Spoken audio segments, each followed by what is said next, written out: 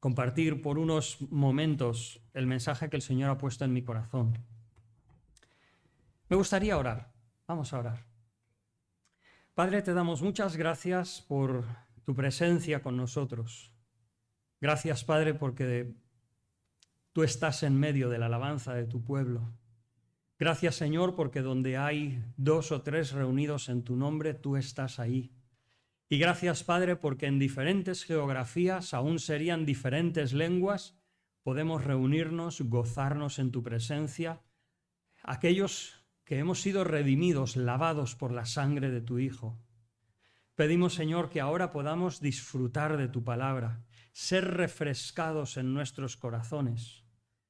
Podamos entender, Señor, tu mensaje y nuestras vidas sean transformadas a la imagen de tu Hijo. Pedimos tu bendición en el nombre del Señor Jesús. Amén. Me gustaría ir a la epístola de Pablo a los tesalonicenses. Y para introducir lo que quisiera compartir en esta mañana, me gustaría ir al versículo 5, cuando el apóstol Pablo dice: nuestro evangelio no llegó a vosotros en palabras solamente. Nuestro evangelio no llegó a vosotros en palabras solamente. Dejadme expresaros un poco cómo llegamos a este versículo y luego me gustaría leer este versículo 5 y luego el capítulo 2, versículos del 1 al 12. Tenemos al apóstol Pablo en su segundo viaje misionero.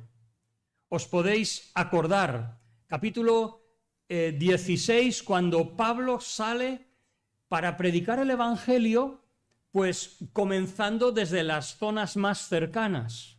Pero cuando llega a Asia, tiene una circunstancia de toda perplejidad, porque cuando él quiere predicar, el Espíritu Santo se lo prohíbe.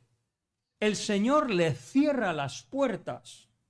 ¿Os podéis imaginar una persona en aquel entonces que es enviada por la iglesia de Antioquía, que su misión, su razón de ser es predicar el evangelio, llevar el testimonio de Jesucristo donde todavía no había llegado y verse con las manos atadas? Entonces dice la Escritura, capítulo 16, que Pablo de noche vio una visión de un varón macedonio que decía: pasa y ayúdanos. ¿Qué tendría Pablo en su mente o en su corazón? Por fin el Señor abría delante de él una puerta para poder expresar, realizar el propósito de su vida. Cuando llega a Filipos, los comienzos son prometedores, porque resulta que, como era la costumbre de Pablo, se acercaba a los judíos para expresarles, como dice repetidamente en Romanos, al judío primeramente y también al griego. Pues Pablo se acerca a los judíos a una reunión de oración que tenían junto a un río. Evidentemente Filipos no tenía 10 varones que pudieran constituir una sinagoga, y entonces todavía se reunían de una forma familiar. Y ahí dice la Escritura, de una forma preciosa, que el Señor abrió el corazón de Lidia, una mujer que vendía púrpura, una mujer de Tiatira, y ella creyó en el Señor y fue bautizada con toda su casa. ¡Qué maravilla! Todo era prometedor. La visión que había visto de un varón macedonio parecía anticipar una puerta, como diría en Efesios, una puerta efectiva para el Evangelio.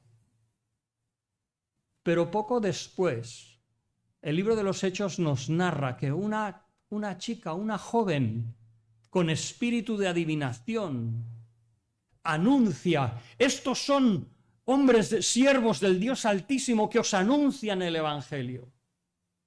Pablo no podía consentir la confusión de unas palabras que podían ser correctas, pero en la boca de una mujer espiritista con espíritu de pitón. Era una confusión. Eso lo que trajo es el encarcelamiento de Pablo y Silas. Y como veremos después, no solamente un maltrato, sino una vejación, una humillación. Con todo y con eso, hubo un terremoto que el carcelero, una persona, podríamos decir, pagana, que Pablo no le encontró en la sinagoga, sino que era plenamente un gentil, un pagano, probablemente un hombre curtido, un hombre duro, pero se convirtió él y toda su casa. Y entonces Pablo continúa su segundo viaje misionero y llega a Tesalónica. Quizás las perspectivas, las esperanzas que Pablo podía tener en Troas, a lo mejor se habían apagado un poco, de decir, ¿qué es lo que me espera? ¿Qué clase de puerta me va a abrir el Señor para expandir el testimonio de Jesucristo? Y llegó a Tesalónica, y entonces en Tesalónica, con Silas, con Timoteo, comienzan a predicar el Evangelio. Pero ¿qué es lo que sucede? Que en lugar de ver el escenario de Lidia, lo que vieron es que sí, se reunieron en una sinagoga como era su costumbre. Dice Hechos 17 que por espacio de 3 días de reposo, 3 sábados, Pablo se reunió en la sinagoga y explicaba a los judíos cómo Jesús era el Mesías. Pero lo que sucede es que los judíos se llenaron de envidia. Vemos a través del libro de los Hechos, es curioso, a través del libro de los Hechos vemos que el ministerio del apóstol Pablo tuvo un especial fruto en un grupo de personas que se llamaban los temerosos de Dios, como Cornelio y otros. Eran personas que eran gentiles, eran paganos, pero se habían acercado a la sinagoga como respetando, simpatizando con ese Dios más coherente, más formal, más justo de los judíos, pero no se hacían prosélitos, eran temerosos de Dios.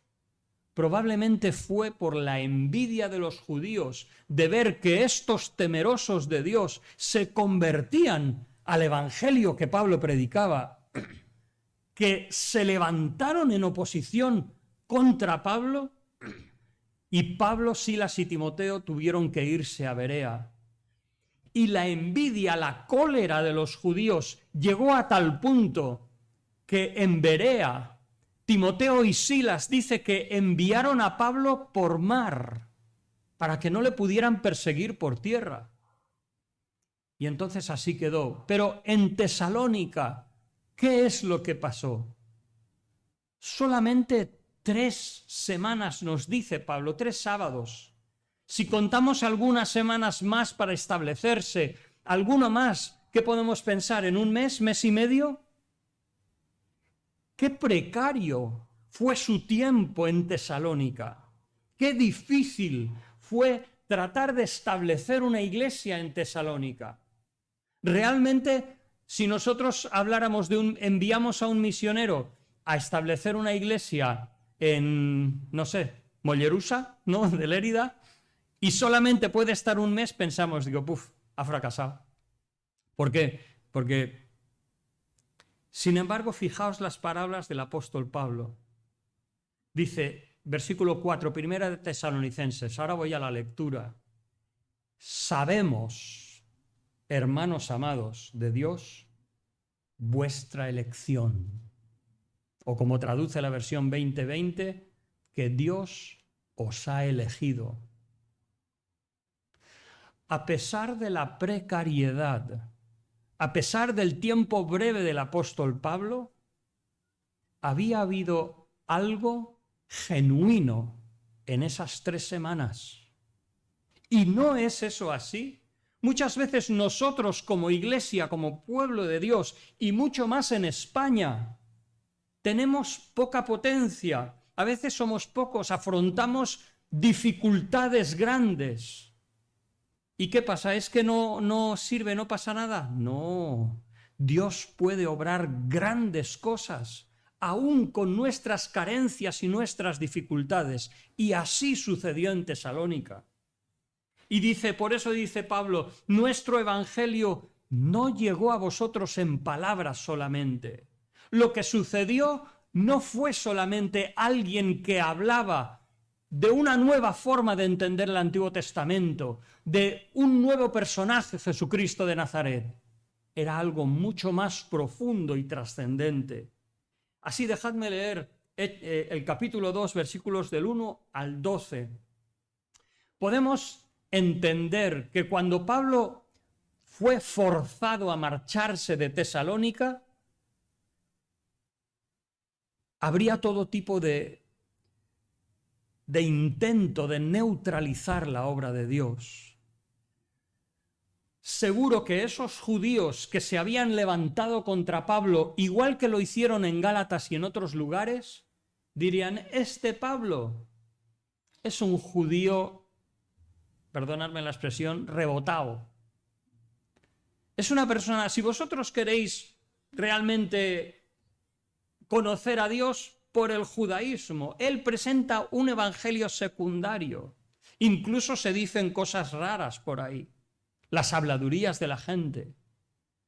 Por eso en el capítulo 2 de la primera epístola a los tesalonicenses encontramos que Pablo consuela a los creyentes, los afirma y les asegura que a pesar de las dificultades, a pesar de la brevedad de su tiempo, Dios había hecho algo especial en ese grupo de creyentes.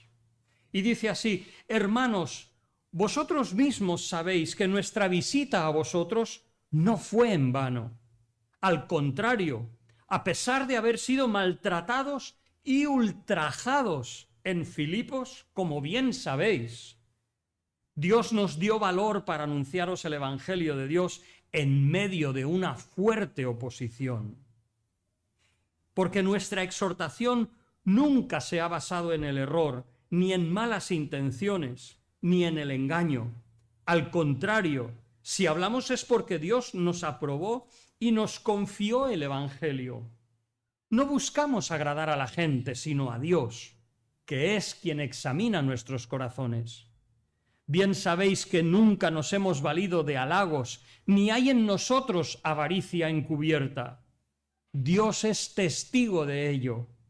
Tampoco buscamos honores humanos, ni de vosotros ni de nadie. Y aunque podíamos habernos presentado con la autoridad propia de apóstoles de Cristo, sin embargo, os hemos tratado con ternura, tal como cuida una madre con delicadeza a sus propios hijos. Tan grande es nuestro afecto por vosotros, que hubiéramos querido entregaros no solo el Evangelio de Dios, sino también nuestras propias vidas.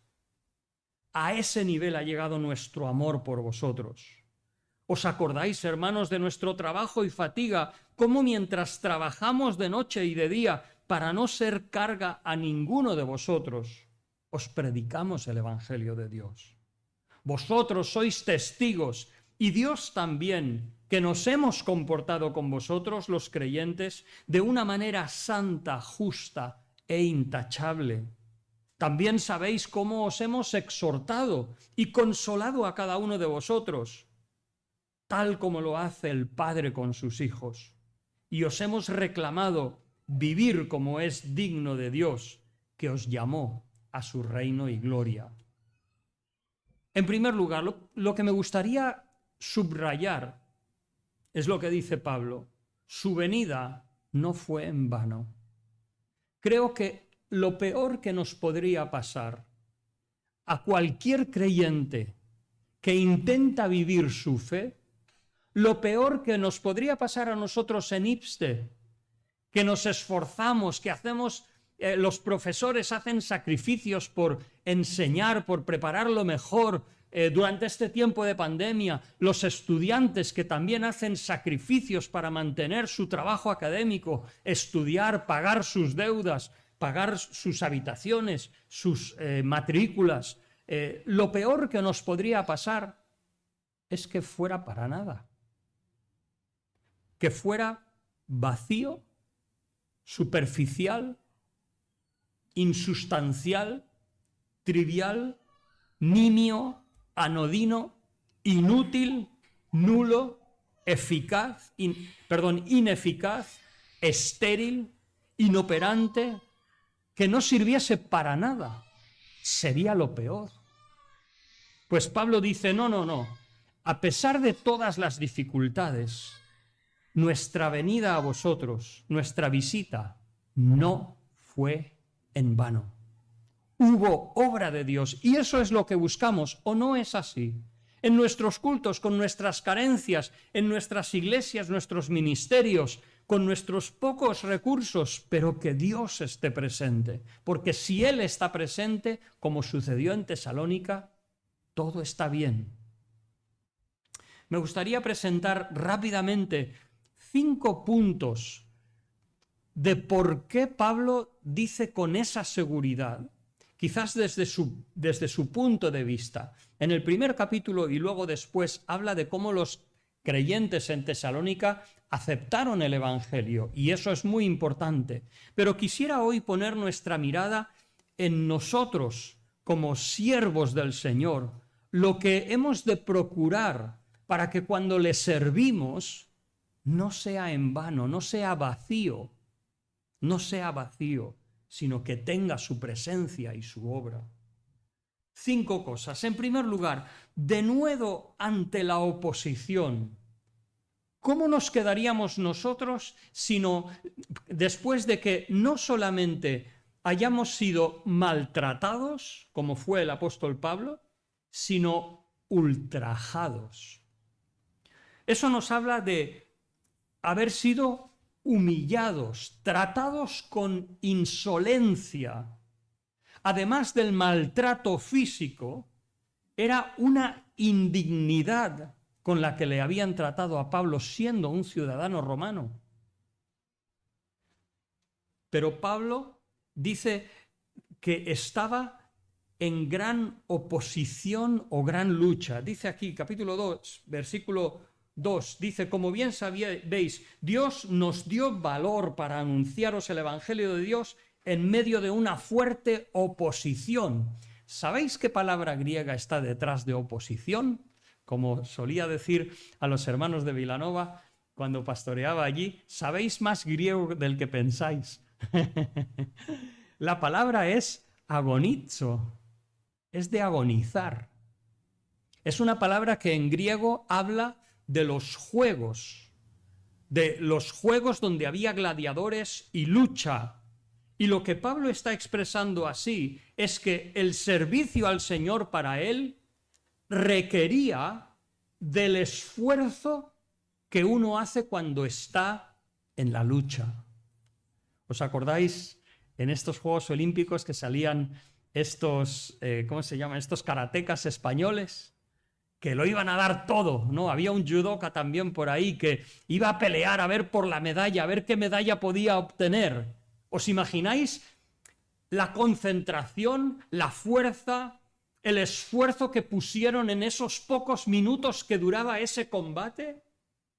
Pues el apóstol Pablo dice, estaba en medio de gran oposición, de gran lucha, y ese es el esfuerzo que requería servir al Señor. Y a pesar de que habían sido maltratados y ultrajados, el Señor les dio las fuerzas para hablar con toda libertad, sin ser intimidados. Eso es un don. La mayoría de nosotros cuando hacemos algo así un poco especial, tocamos algo de música, predicamos o así, a veces nos tiemblan un poco las piernas. Pero a pesar de esta oposición, el Señor le dio a Pablo naturalidad, denuedo, libertad para expresarse. ¡Buah! Eso muestra la presencia de Dios en el corazón de sus siervos. Segundo lugar, una integridad en el servicio. El mensaje de Pablo no procedía de error. Ellos no habían creído a una falsa autoridad, sino que habían creído de las Escrituras. El mensaje de Pablo, su motivación no era impura, no tenía una doble intención. Su método no era el engaño, no era presentar algo realmente para sacar beneficio de ellos, por otra parte. Pablo se enfoca en el reconocimiento de los demás y en la avaricia. Y Pablo no buscaba ni una cosa ni la otra. Servía al Señor por su compromiso con el Señor, por su conversión, su conocimiento de Dios, su entrega al Señor por la ayuda del Espíritu Santo, y no había ninguna segunda motivación. Qué importante. Dice algunos comentaristas que tanto el reconocimiento como la avaricia son cosas que podemos esconder, pero que al final salen.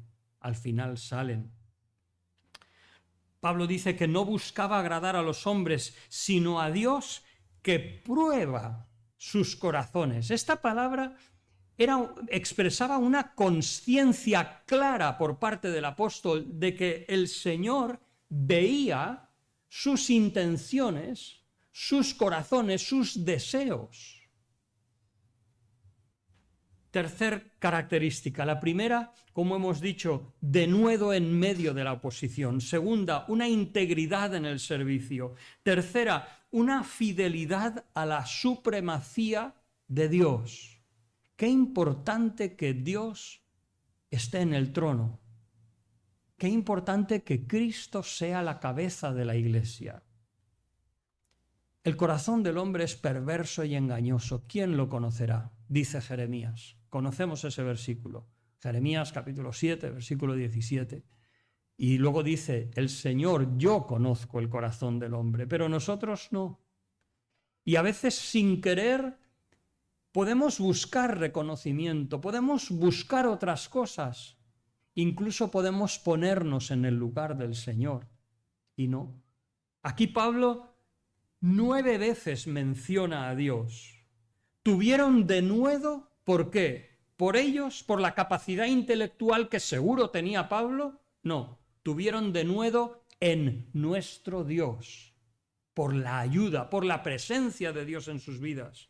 Cuando habla del Evangelio de Dios. Cuando habla de ser aprobados para ser siervos de Dios, dice aprobado por Dios. Buscaron agradar a Dios. Dios era testigo y Dios era el estándar de la vida que él predicaba. La consciencia de Dios, una clara consciencia de que Dios, como hemos dicho antes, examinaba sus corazones. Eso habla de un temor de Dios.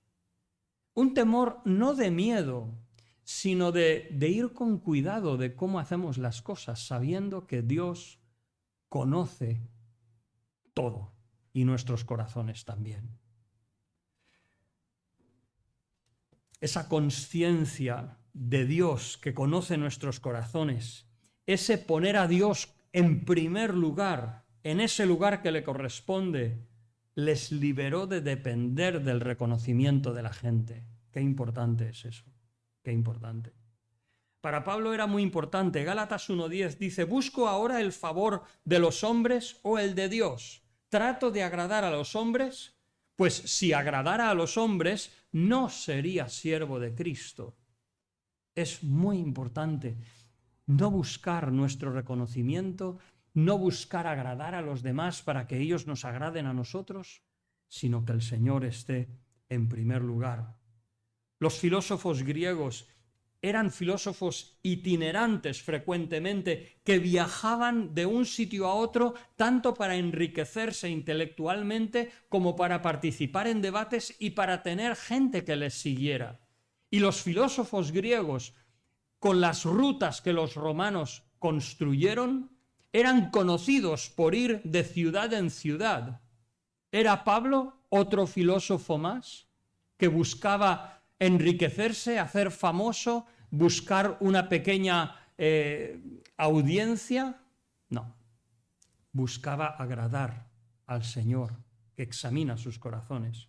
Cuarto punto, lo que vemos en el servicio de Pablo, una certeza de que su ida a esta ciudad la obra que se hizo allí no fue en vano, no fue vacía, fue por la entrega y el sacrificio de amor.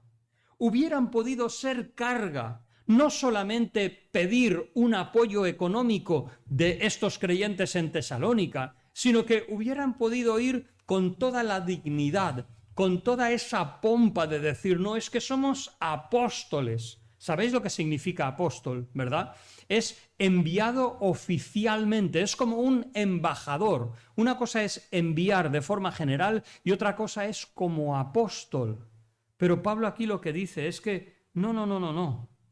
Hemos escogido ignorar eso, dejar nuestra dignidad a un lado y por otra parte fuimos tiernos entre vosotros, como la nodriza que cuida con ternura a sus propios hijos.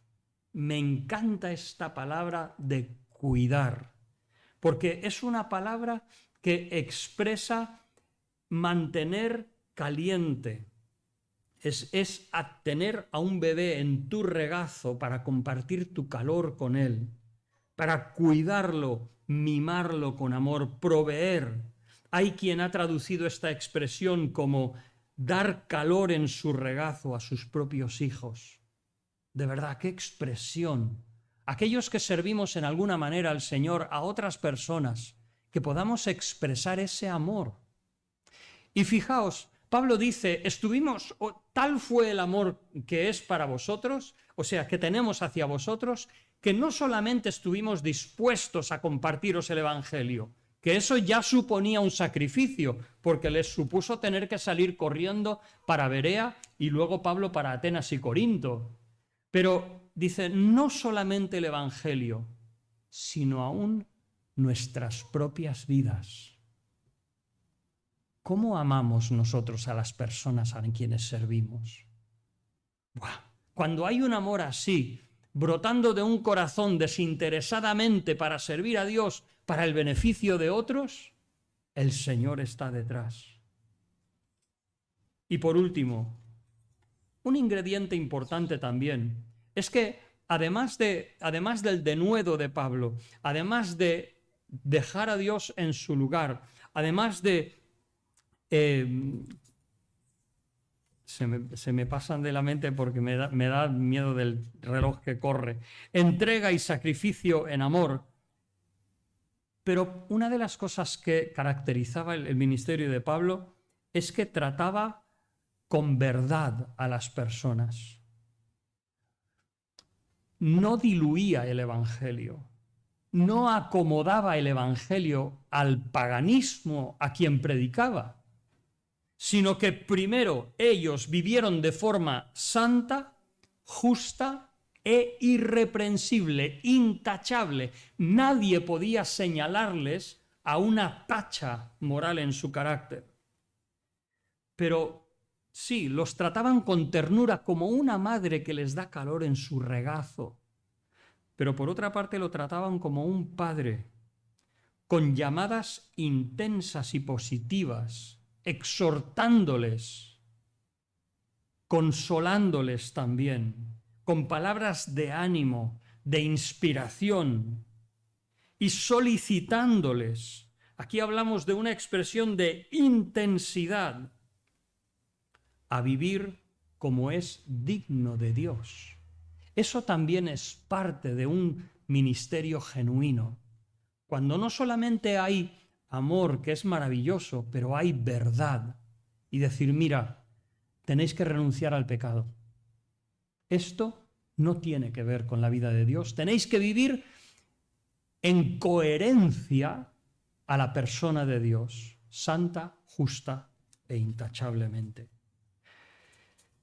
Hermanos, estoy seguro, algunos de vosotros, nuestras canas atestiguan de los años que han pasado y hemos vivido.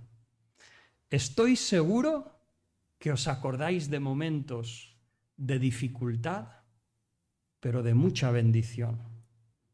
Yo fui el primero que me convertí en mi familia y puedo mirar al pasado y ver momentos de dificultad, de prueba, de pocos recursos, de poco conocimiento del Señor. pero miro a ese pasado con gozo, con alegría, porque el Señor estaba ahí. Que el Señor nos ayude a mantener ese denuedo de hablar de Él a las personas no creyentes. Que el Señor nos ayude a poder hablar y vivir como que Dios examina nuestros corazones, en Él descansamos, somos siervos de Él. Que el Señor nos ayude a tratar a las personas que servimos con ese calor, con ese amor de estar dispuestos a dar nuestras vidas por ellos. Lo diría Juan en su primera epístola. Y por último, que el Señor nos ayude también a ser leales con el Evangelio y decir las cosas como son, sabiendo que son duras a veces para el hombre recibirlas, el hombre y la mujer, pero es la palabra del Señor y Dios dará fuerzas para que puedan seguirle. Que el Señor os bendiga.